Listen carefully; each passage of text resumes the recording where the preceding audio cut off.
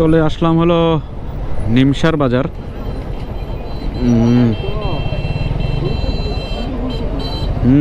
ফুলকপি আছে, সব ধরনের সবজি। নিমসার বাজার বিশাল, হ্যাঁ এটা বিশাল একটা বাজার, পাইকারি বাজার। রস তো পাওয়ার কথা, হ্যাঁ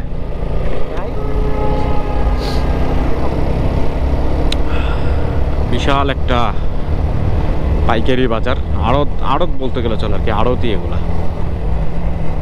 এখান থেকে দূর দূরান্তে সব শাকসবজিগুলো যায়, কাঁচা বাজার যেগুলা।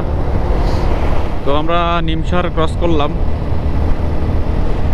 একটু স্লোই হচ্ছে যাওয়াটা, আর কিছু করারও নাই, কারণ অনেক বাইকে প্রচুর ব্যাগ বাঁধা আছে। তো এত ব্যাগ নিয়ে আসলে এত জোরে বাইক চালানো যায় না। আর আমাদের সারাদিনই আছে, অত পেরেশানিও নাই। 11টা 12টার মধ্যে ইনশাল্লাহ পৌঁছে যাবো, আস্তে ধীরে গেলেও। তো দেখা যাক, এদিকে মোটামুটি ক্লিয়ার আছে, কোনো প্রকার মানে বৃষ্টির যে একটা কুয়াশা ওগুলা নাই, রাস্তাও পরিষ্কার। আর ওদিকে তো ওদিকে মানে যখন শুরুতে রাস্তাগুলো একদম ভিজা, বৃষ্টি হচ্ছিল। বৃষ্টি মানে কি, মানে একদম কুয়াশার বৃষ্টি এরকম।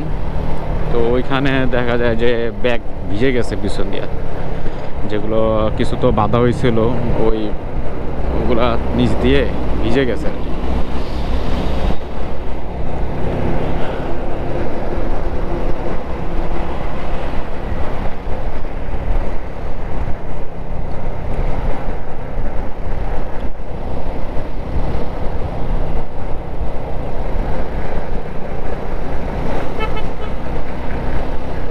নিমসার বাজারের একটু পরেই হলো, মানে আমরা ক্যান্টনমেন্টের কাছাকাছি আর কি, এই হলো কথা।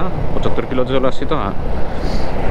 ক্যান্টনমেন্টের কাবিলা শাহী ঈদগাহ বুড়িচং, মানে আমরা কুমিল্লা ক্যান্টনমেন্টের কাছাকাছি। সোজা চলে যাবো। আরেকটা ব্রেক দেওয়ার ইচ্ছা আছে একদম 14 গ্রামে গিয়ে একটা ব্রেক দেবো। মানে আমরা প্রতি 60 কিলো করে একটা ব্রেক দিচ্ছি। প্রতিটা ইয়াতে 60 কিলো ব্রেক হবে। 60 কিলোর আগে না, বড় হলে পরে, কিন্তু 60 কিলোতে ব্রেক হবে। ওরকম একটা টার্গেট নিয়ে আর কি চালাচ্ছি। যেহেতু রেস্ট বেশি হচ্ছে, যেন একটা জায়গা দাঁড়ালে দেখা যায় যে মোটামুটি আধা ঘন্টা শেষ হয়ে যায়।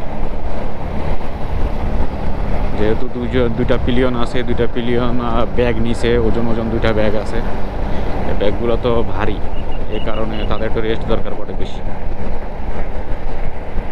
তো ঠিক আছে, যেতে থাকি।